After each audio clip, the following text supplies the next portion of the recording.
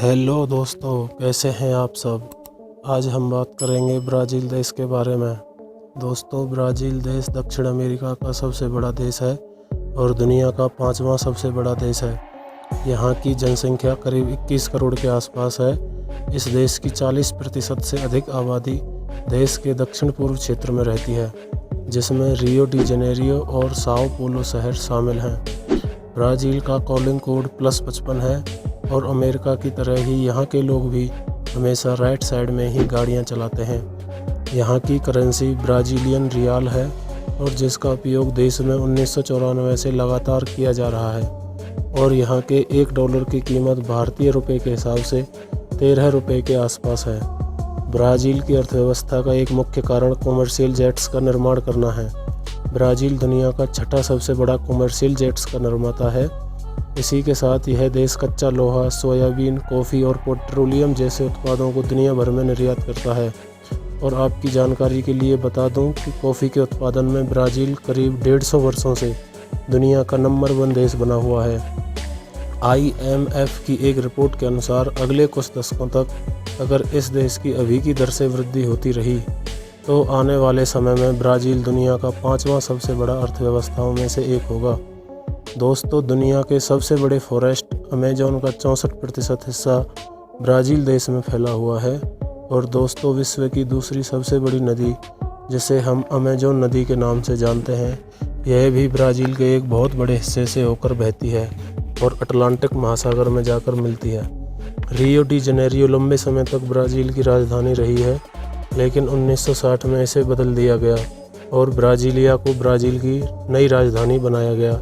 इसका कारण ये है कि रियो डी जेनेरियो समुद्र तट के निकट स्थित एक शहर है, जो कि सुरक्षा के लिहाज से सही नहीं है। ब्राज़ीलिया देश के बीचों बीच योजना से बनाया गया एक शहर है। दोस्तों, जिस तरह हम भारतीय लोग क्रिकेट के दीवाने होते हैं, ठीक उसी तरह ब्राज़ील के लोग भी फुटबॉल को दिलो जान से पसंद करते हैं। और आपको यह जानकर भी आश्चर्य होगा कि ब्राज़ील ने 5 बार फीफा वर्ल्ड कप का खिताब अपने नाम किया है, जो कि अपने आप में ही एक रिकॉर्ड है।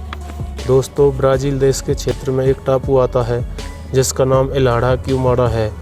इसे स्नेक आइलैंड के नाम से भी जाना जाता है, क्योंकि इस टापू के हर वर्ग मीटर में कम से कम 5 सांप पाए जाते हैं, जो बहुत ही जहरीले होते हैं।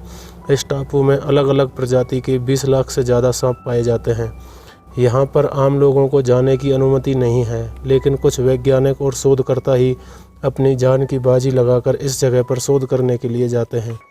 दोस्तों, जहां भारत में मतदान करने की न्यूनतम उम्र 18 वर्ष है, वहीं ब्राज़ील में मतदान की न्यूनतम उम्र सिर्फ 16 साल है। ब्राज़ील में मतदान करना अनिवार्य है।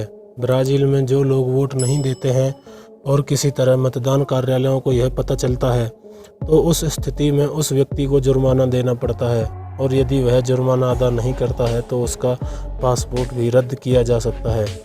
दोस्तों, ब्राज़ील के न्यूड बीचेस दुनिया भर में बहुत चर्चित हैं, जहां दुनिया भर से सैलानी यहां घूमने के लिए आते हैं और निर्वस्त्र होकर इन बीचेस का भरपूर आनंद लेते हैं।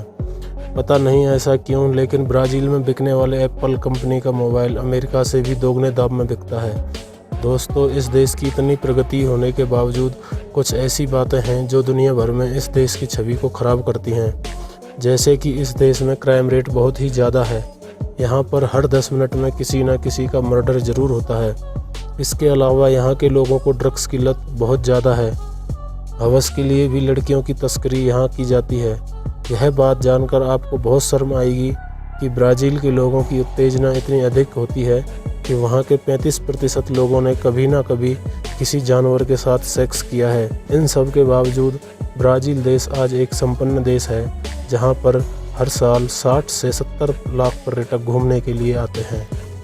तो दोस्तों, ब्राज़ील के बारे में यह जानकारी आपको कैसी लगी, हमें कमेंट करके ज़रूर बताइएगा, क्योंकि हमें आपके कमेंट्स का इंतज़ार रहता है। साथ ही अगर आप हमारे चैनल पर नए हैं तो प्लीज़ चैनल को सब्सक्राइब कर दीजिएगा, क्योंकि हम रोज़ ही आपके लिए इस तरह के वीडियोज़ बनाते रहते हैं। धन्यवाद।